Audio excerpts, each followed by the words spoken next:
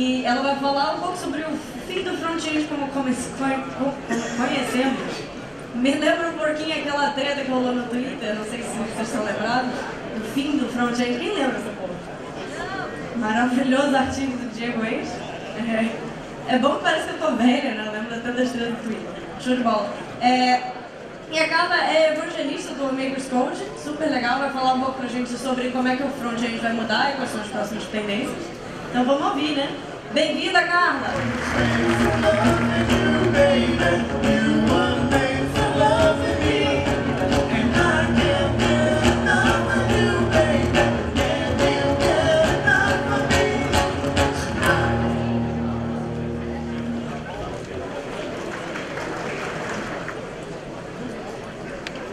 Isso é chique, né? Tem headset, porque o público tá do meu tamanho. Mas vamos lá. Bem, gente, boa tarde. Então, boa tarde de novo, vai. Boa tarde, obrigada. Primeiro, eu tô muito feliz de estar aqui. Eu já vou falar de mim, me apresentar. Eu não sei quantos de vocês já vieram na Brasil JS do ano passado. É a minha primeira Brasil JS. E eu tô achando a experiência sensacional. Tipo, muita gente, mas vamos lá. Bem, a história, o título, né, o front-end, como você conhece, vai morrer. Depois de um tempo que a palestra foi postada, eu comecei a acompanhar que realmente existia uma treta do qual eu não estava ciente, já que eu não sou front-end. Mas vamos lá. Bem, eu sou graduanda de Sistemas de Informação pela Universidade de São Paulo. Além disso, como foi citado, eu sou coordenadora de 2 comunidades. Uma delas é o Makers Code, que é para buscar o empoderamento feminino na tecnologia, e a outra é o Perifacode. O Perifacode tem a missão de incluir pessoas da periferia na tecnologia, assim como o Tecnogueto também, que teve a palestra mais cedo. Então, esse é o meu papel. Eu me declaro também evangelista de inteligência artificial, então essa é a área que eu tenho mais contato, na verdade. E aí eu acabo tentando entrar em vários eventos de diferentes áreas para compartilhar com as pessoas o que eu sei de IA e mostrar para elas que isso pode ser também relevante para o trabalho dela. Então, o meu papel aqui hoje é mostrar para vocês, seja você desenvolvedor front-end ou desenvolvedor back-end, ou seja, qualquer linguagem, seja JavaScript, que eu acho que é a maioria do foco aqui, ou seja, qualquer outra linguagem, mostrar que dá para fazer IA com isso, com essas linguagens, com a linguagem que você conhece, e também mostrar como que a IA vai transformar, né? Porque na descrição da palestra tinha muito falando sobre a substituição de empregos e etc., mas eu acho que, na real, a gente não devia estar se preocupando tanto com isso, né? Aquele post é bem sensacionalista, na minha opinião, no sentido de que não é esse o ponto de discussão, mas a gente pode discutir muito como que a IA pode transformar como vocês trabalham hoje, como ela pode automatizar alguns processos que são totalmente operacionais, revisões totalmente operacionais, e deixar o tempo para investir na lógica do negócio e investir na parte que, digamos assim, é a criatividade. Tem um artigo da McKinsey que fala sobre isso. Ano passado eu participei de um evento em São Paulo, no Fab Lab, no Centro Cultural, que era sobre o futuro do trabalho. E muitas pessoas, depois da palestra, vieram falar comigo, porque a gente discute muito sobre o futuro do trabalho de profissões manuais. Uma pessoa que é um operador de fábrica, uma pessoa que trabalha em uma questão de logística de estoque, mas a gente pouco discute sobre como a IA vai afetar os trabalhos de pessoas da área de tecnologia em si. E quais são as novas áreas que vão surgir a partir disso. Tem uma pesquisa da McKinsey sobre isso, eles fazem todas as métricas, eu deixei o link, é de 2017, essa eu não achei, é de 2018. Eles deixam todos os links sobre o assunto, mas uma coisa que eles defendem muito é a questão de habilidades humanas que não são passíveis de serem substituídas pela inteligência artificial. A gente pode passar horas discutindo sobre isso, mas eu quero, então, primeiro, o fim do front-end. Todo mundo fica meio preocupado com isso, mas eu definitivamente acho que isso não vai acontecer tão cedo. Eu não estou aqui para defender o fim do front-end e falar que vocês vão ficar sem empregos. A galera começou a ficar preocupada. Nossa, eu estou dando um curso de front-end e o front-end vai acabar, o que eu faço? Né? Na verdade, não. Porque front-end também é uma profissão que envolve criatividade. E criatividade é uma habilidade essencialmente humana. Tem algumas discussões sobre a inteligência artificial e a possibilidade dela ser criativa, e eu adoro essas discussões, elas são super filosóficas, porque a nossa criatividade é fruto de várias coisas, né? Observações, associações. Por exemplo, eu nunca vi um centauro na minha vida, mas eu já vi um cavalo e eu já vi um homem. A partir disso, eu consigo criar uma imagem na minha cabeça. Isso é uma coisa do ser humano. A gente pode reproduzir na IA, mas o que a gente reproduzir vão ser com dados nossos, com coisas que a gente sabe. Então, esse é o tipo de... Então, não acho que essas profissões relacionadas... O que vai ser substituído, com certeza, a profissão vai mudar. Por isso que o título é Como Você Conhece. Isso vai mudar naturalmente, porque a vida é assim, várias profissões estão se transformando, e a gente até vai discutir como o front-end mudou pra caramba, desde quando a web surgiu e até hoje. Vocês sabem disso. Antes, as pessoas utilizavam 3, 4 ferramentas, e hoje não. Criou uma complexidade muito maior. Bem, eu dividi a palestra em algumas partes para tentar explicar melhor e manter um fluxo das ideias. A primeira parte a gente vai falar um pouquinho de história. Vamos falar da história da web e do front-end em si. O que aconteceu? O que transformou? Como as necessidades humanas foram se transformando e como o trabalho de vocês foi buscando atender essas necessidades. Porque eu gosto de pensar que a tecnologia resolve um problema. Ela não é um fim, ela é um meio. E cada vez que esse problema se transforma ou se torna mais complexo, a nossa profissão também se torna mais complexa. O segundo tópico é explicar um pouco de IA. Eu não espero que vocês saibam todos os conceitos que eu talvez cite, então eu quero pelo menos dar uma explicada. Terceiro, como o machine learning vai influenciar o front-end. A quarta parte vai ser sobre o futuro de interfaces humano-computador, como que a gente vai interagir com a máquina e como isso mudou. E o 5 é uma conclusão. Então, primeiro, vamos falar sobre história. Voltando lá no tempo, a época que nem eu era nascida, porque eu tenho 21 anos, a gente tem o NA, que foi o primeiro computador, tem toda aquela questão, a gente vê fotos e fala, nossa, puta, um negócio todo manual. Como que isso se transformou em um computador de verdade em que as pessoas conseguem utilizar? Em 1981 teve o lançamento da IBM PC, né? Aí surgiu a questão de realmente as pessoas vão ter um computador pessoal, que elas utilizam, mas como a gente já está cansado de saber, era restringido para universidades, as pessoas não tinham muito acesso por questão econômica e vários motivos. Mas, com o tempo, isso foi mudando, né? O nosso querido Tim Berners-Lee fez a proposta da web em 1989, fez uma proposta do que deveria ser a web, né? É um paper que a gente lê, eu, pelo menos, acho fantástico. Eu leio e falo, cara, pensa nele.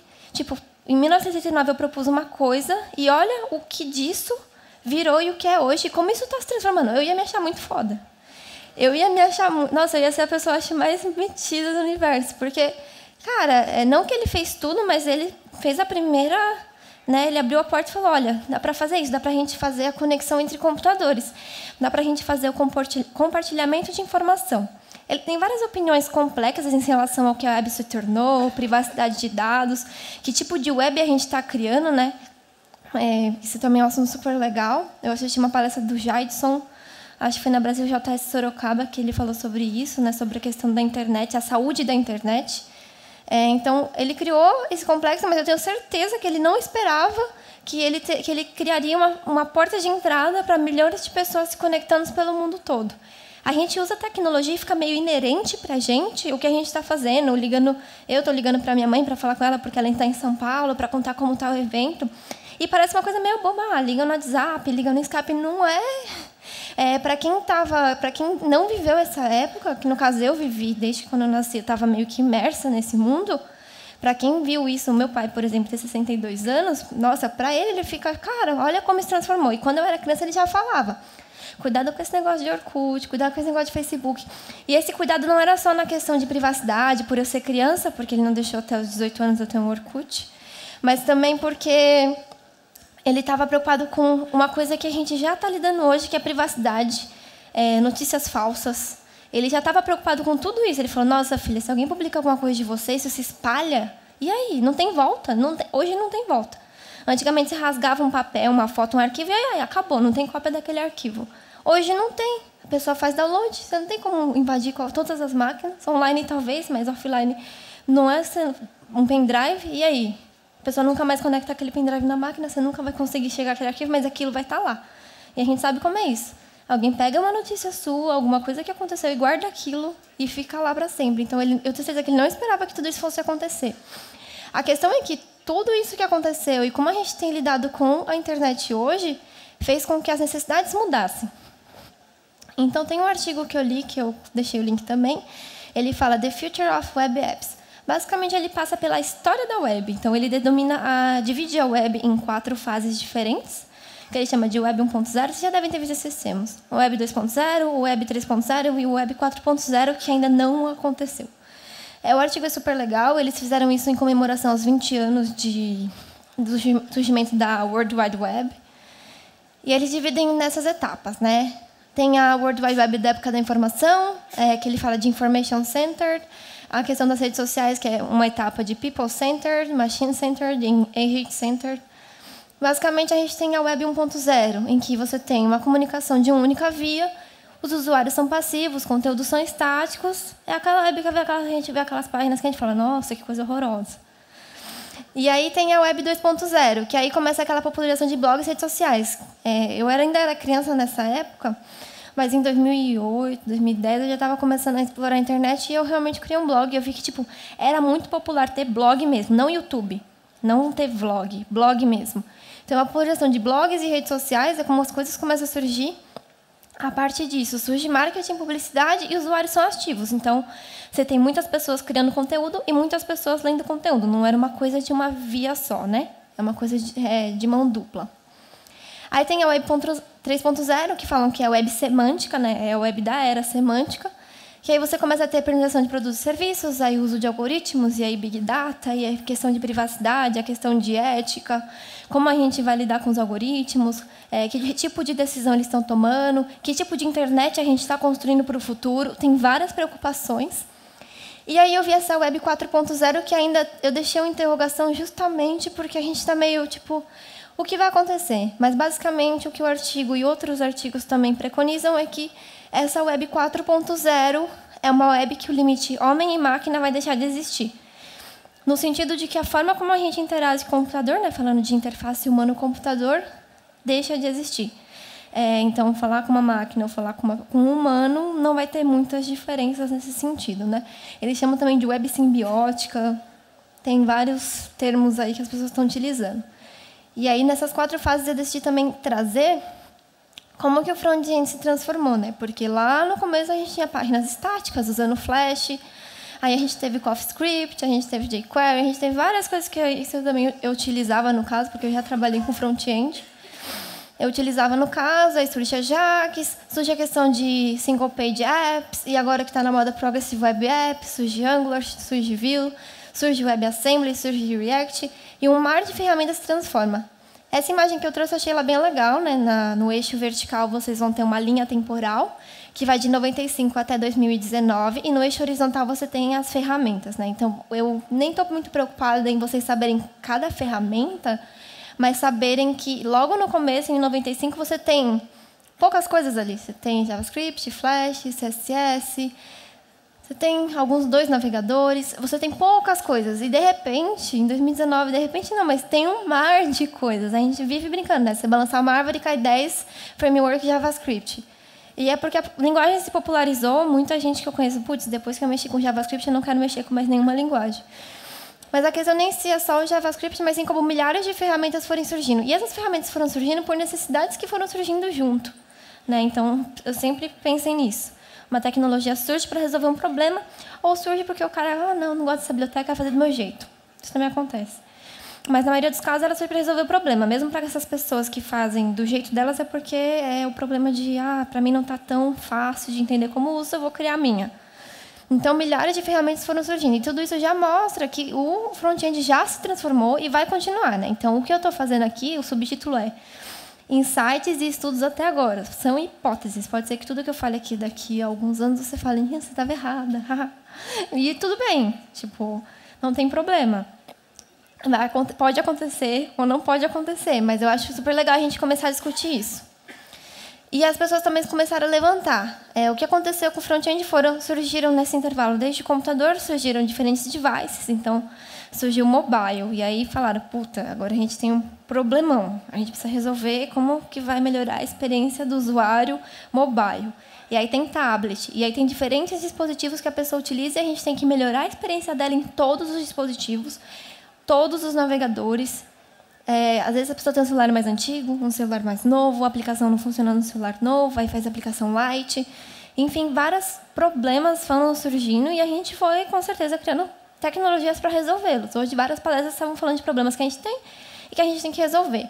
A questão que as pessoas começaram a discutir é, mas e as tecnologias que a gente utiliza, como reconhecimento de imagem, como essas tecnologias que utilizam algoritmos de inteligência artificial vão transformar a necessidade por produtos e a forma que o ser humano interage com a máquina, porque a forma que ele interage vai transformar também como vai ser a experiência e vai chegar em vocês, que vão ter que, de alguma forma, atender essa necessidade.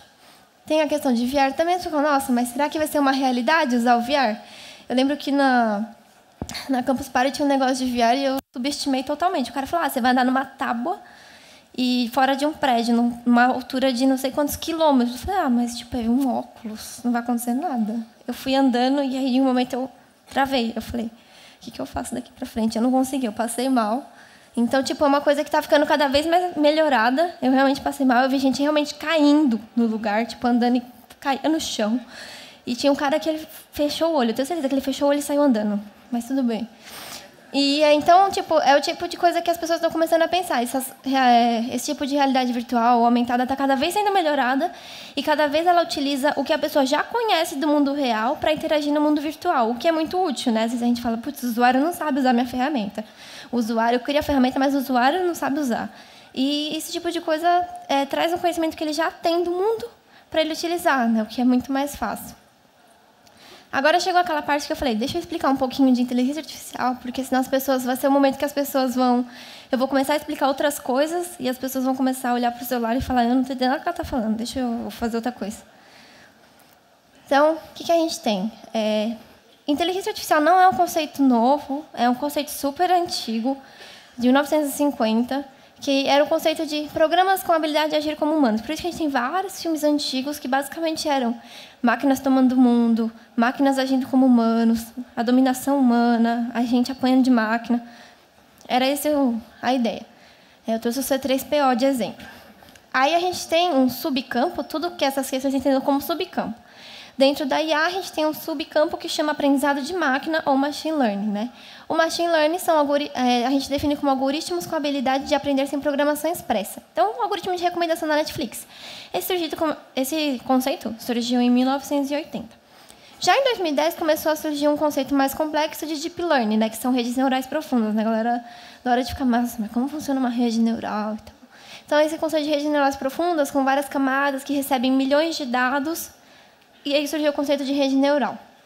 Para explicar rapidamente programação tradicional versus machine learning, vamos dar um exemplo de reconhecimento de spam. Antes, o que você poderia fazer é criar regras. Então, se você tem um e-mail que inclui essa palavra, que eu não vou falar na gravação, você filtra ela como spam. Se você tem essa palavra de novo, escrita de alguma outra forma, você filtra como spam. Aí você pensa em 30 formas que alguém mandaria essa palavra para filtrar como spam. Isso para todas as palavras, para todas as regras. Então, é uma coisa que custa muito, vamos confessar, e a gente também não consegue pensar em todas as regras. O que acontece no Machine Learning, isso aqui é um exemplo utilizando o TensorFlow, JS. Você importa um modelo que já existe, esse modelo já está treinado. Quando a gente fala treinado, é que ele já utilizou dados de e-mails classificados como spam e não spam para criar um padrão, encontrar um padrão entre esses e-mails e a cada e-mail novo ele vai avaliar e comparar. Deixa eu pegar esse e-mail novo, comparar com todos os e-mails que eu tenho e vamos ver o match, digamos assim, de como que ele se encaixa, em qual categoria encaixa, né? Spam ou não spam. E aí, no final, você tem algumas linhas aí que fazem isso. Ao invés de criar vários ifs, né? Porque quando as pessoas falam, mas IA é só if. Não é só if. Não é só if. Parece que é, mas não é. Algumas coisas parecem que mais não é. E aí, eu vou falar de anatomia de uma rede neural, porque os exemplos que eu for usar de ferramentas que estão surgindo para o front-end IA são de rede neural. Na rede neural, você tem uma entrada e uma saída, um algoritmo. Você tem uma entrada e uma saída. E tem um processamento. Esse processamento é feito em camadas, que a gente chama. Você tem algumas, pode ter 3 e pode ter 10, 15, pode ter muitas camadas aí, tá? Eu trouxe 3 para simplificar. E aí essas são as redes que a gente chama, né? Tem várias camadas. Cada um desses quadradinhos seriam os neurônios, tem as ligações entre eles. E no final você tem uma classificação. Esse é um problema de classificação, como o de spam. É um gato, é um cachorro. Basicamente é assim que vocês podem imaginar, né? Na hora que eu falo rede neural, vocês podem imaginar algo desse fluxo. Terceira parte. Vamos falar sobre Machine Learning e desenvolvimento front-end. O que acontece, dos artigos que eu comecei a ler, eles começaram a analisar o workflow de trabalho do front-end junto com o designer. Vamos entender como que é o fluxo de trabalho deles e ver em que momentos dá para otimizar ou melhorar esse fluxo, né? Então, eles identificaram alguns pontos de redundância. A questão do designer fazer um sketch, transformar em layout, transformar em realmente as telas para serem implementadas e mandar para o seu front-end que vai ter que implementar essa interface a partir do que o designer criou, e, na maioria das vezes, o designer vai reclamar que não está igual ao que ele fez. E, a partir disso, tem que implementar as features, e aí tem aquele trabalho do front-end que não é só criar tela a mais, né? Um dia já foi, hoje não é mais.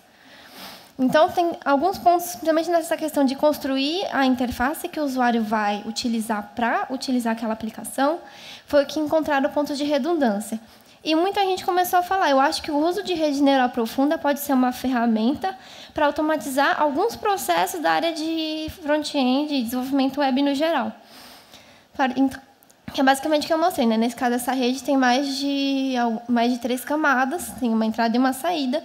E eles pensaram, tá, mas no caso do front-end, o que vai ser a entrada e o que vai ser a saída? A primeira coisa que eles pensaram talvez um pouco difícil essa hipótese. A entrada vão ser imagens de tela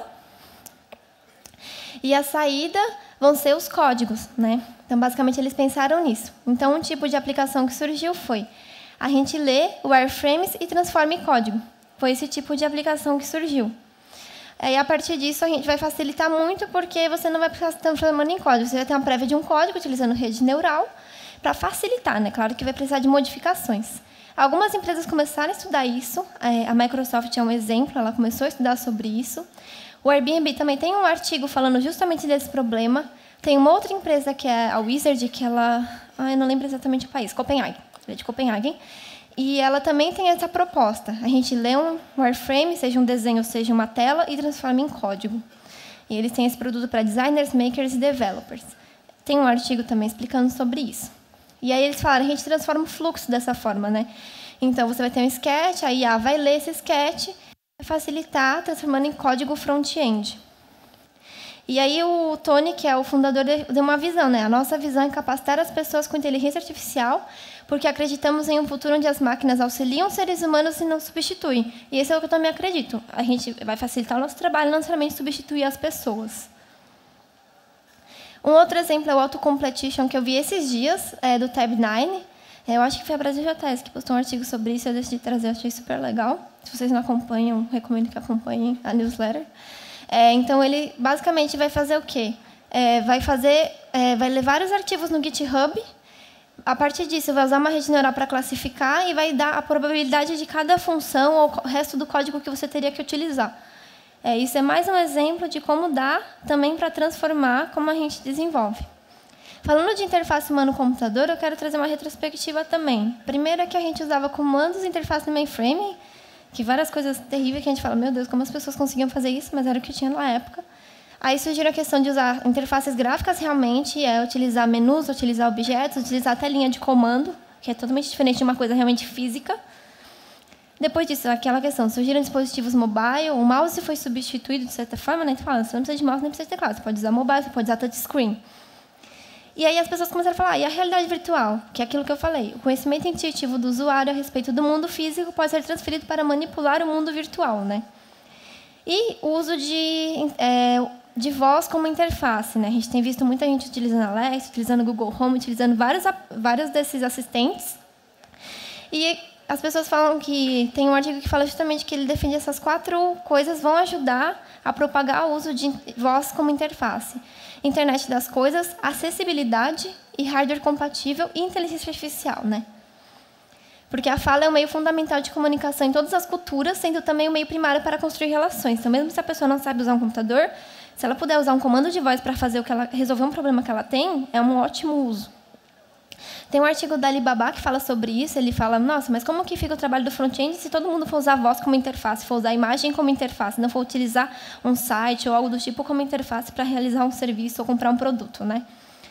E uma questão que eu levantei foi, e se a voz é o futuro das interfaces de computação e aqueles que não podem ouvir ou falar? O que a gente faz? Então, tem uma solução muito legal que utilizaram Amazon Alexa e linguagem, no caso, ASL, porque é em inglês. Então, basicamente, a webcam, isso é no navegador, utilizando TensorFlow. o navegador, a webcam, detecta os sinais que a pessoa está fazendo e transforma em palavras, e transforma esse comando de palavras para um comando para a Alexa. E a Alexa vai lá e responde. Claro que ela vai soltar um áudio, se a pessoa não é capaz de ouvir, vai mostrar no texto o que a Alexa respondeu. Eu falei, puta, isso é uma coisa legal, porque está rodando no navegador da pessoa, não é aplicativo que ela tem que baixar, está realmente rodando no navegador. Tem várias limitações em relação a isso, mas eu achei que é um uso super legal para trazer. Tem várias ferramentas para isso também, uma delas é o TensorFlow.js, o ML5. E os limites é que pode levar muito tempo, pode ser demorado, porque é um modelo rodando de IA, que é pesado. Tem vários problemas que podem acontecer, mas eu queria trazer um problema que também é ética. Eu não consigo não falar de ética quando eu falo de inteligência artificial, né? E aí eu quero que vocês questionem que futuro vocês estão escrevendo. Eu sei que na abertura teve várias coisas sobre isso, mas realmente eu queria que vocês pensassem que futuro que vocês estão escrevendo quando a gente começar a utilizar, criar esse tipo de interface. Para quem que a gente está criando? A gente está pensando só na nossa vivência ou a gente está pensando na vivência de pessoas diferentes? Ou a gente vai continuar criando algoritmos que classificam pessoas negras como macacos e sensores de sabonete que não funcionam para pessoas negras? E não vai pensar nos problemas que isso pode causar. Então, eu realmente queria trazer essa reflexão que IA é muito legal, traz vários benefícios para todas as áreas, mas ética entra muito importante porque é uma coisa que escala muito rápido. E cria problemas muito rápido, e tem impacto social muito rápido. Então, o trabalho de vocês tem impacto, mas usando IA, esse impacto é muito maior. E sobre viés, todos nós temos vieses, isso é natural, mas se tem pessoas de diferentes áreas, como esse palco, essa grade está linda esse ano, eu adorei a grade, e tem pessoas que vocês vão olhar de diferentes cores, diferentes lugares, diferentes cidades, diferentes backgrounds, e cada um de nós, criando tecnologia junto, cria uma tecnologia mais inclusiva. Então, é muito legal falar de IA no front-end, como ela pode ajudar, como a gente pode criar comandos de interface, mudar como a gente lida com o computador ou lida com as máquinas, mas é muito importante destacar também que a gente não pode esquecer desse tema. Então, front-end vai morrer? Não. Ele vai se transformar, assim como qualquer profissão, né? O front-end do futuro vai ser mais integrado, mais diversificado. Os desenvolvedores e os designers vão trabalhar mais em conjunto para tirar vantagem de machine learning. Vão surgir novas necessidades, como eu falei, e, a partir disso, novos produtos também. E eu espero que vocês obtenham o máximo de conhecimento de aprendizado de máquina que vocês puderem, porque eu acho que qualquer área é benéfico aprender sobre programação e também sobre IA. E continuem sendo criativos e criativas e pensem em novas maneiras de aplicar o aprendizado de máquina, como aquela questão da Alexa, uma maneira de aplicar aprendizado de máquina utilizando JavaScript para ser uma coisa acessível, para ter umas habilidades para uma pessoa que não conseguiria usar. Bem, esse QR Code vai levar vocês para um formulário de feedback, para os slides, é tudo na mesma página. Vocês podem preencher o formulário ou não. E tem um link também, que é bit.ly/brasil_js-carla. Esses são os meus contatos, Twitter e e-mail. Se puderem mandar e-mail, eu prefiro, porque eu me perco nas DMs no Twitter sempre. Eu agradeço muito a atenção de vocês e todo o evento que apoiou e aprovou minha palestra. Eu fico muito feliz com isso. Obrigada pela atenção.